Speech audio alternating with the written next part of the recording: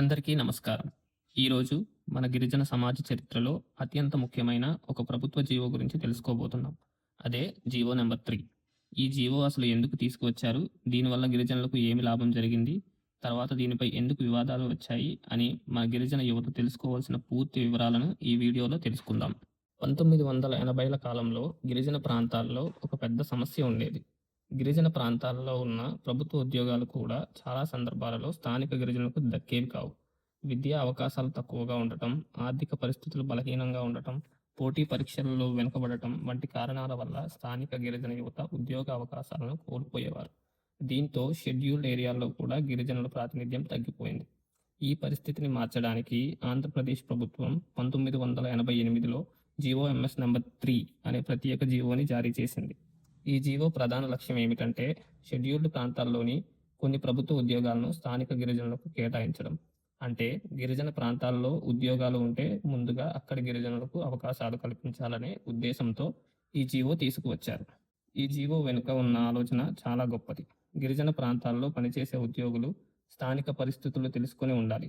స్థానిక భాష, స్థానిక సంస్కృతి, స్థానిక ప్రజల అవసరాలు తెలిసిన వ్యక్తులు సేవలు అందిస్తే అభివృద్ధి వేగంగా జరుగుతుంది. అందుకే స్థానిక గిరిజనులకు ఉద్యోగ రక్షణ కల్పించాలనే ఉద్దేశంతో జీవో నంబర్ 3 తీసుకువచ్చారు.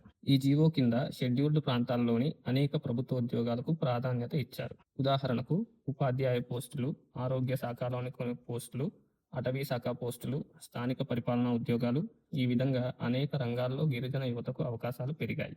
ఈ జీవో కారణంగా వేలాది మంది గిరిజన యువత ఉద్యోగ అవకాశాలు పొందగలిగారు.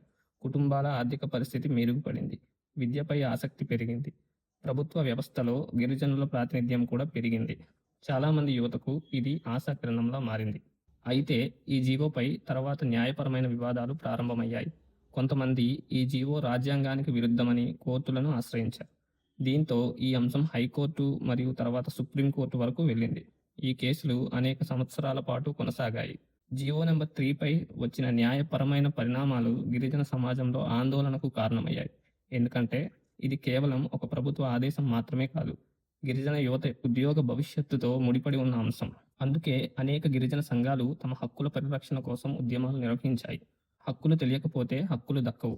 అందుకే ప్రతి గిరిజన విద్యార్థి ప్రభుత్వ పథకాలు, రిజర్వేషన్లు, ఉద్యోగ అవకాశాలు, రాజ్యాంగ పరిరక్షణలు, షెడ్యూల్డ్ ఏరియా చట్టాలు వంటి అంశాలపై అవగాహన కలిగి ఉండాలి. జీవో నెంబర్ 3 అనేది గిరిజనుల ఉద్యోగ హక్కులను రక్షించడానికి తీసుకువచ్చిన ఒక చరిత్రాత్మక ఆదేశం. దాని వెనుక ఉన్న లక్ష్యం గిరిజన సమాజ అభివృద్ధి. మన హక్కులను తెలుసుకోవడం, వాటిని పరిరక్షించడం, విద్య ద్వారా ముందుకు సాగడం ప్రతి గిరిజన యువకుడి బాధ్యత.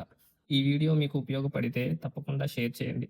మన గిరిజన సమాజానికి ఉపయోగపడే మరిన్ని వీడియోల కోసం ఛానల్ను సబ్స్క్రైబ్ చేయండి. ధన్యవాదాలు.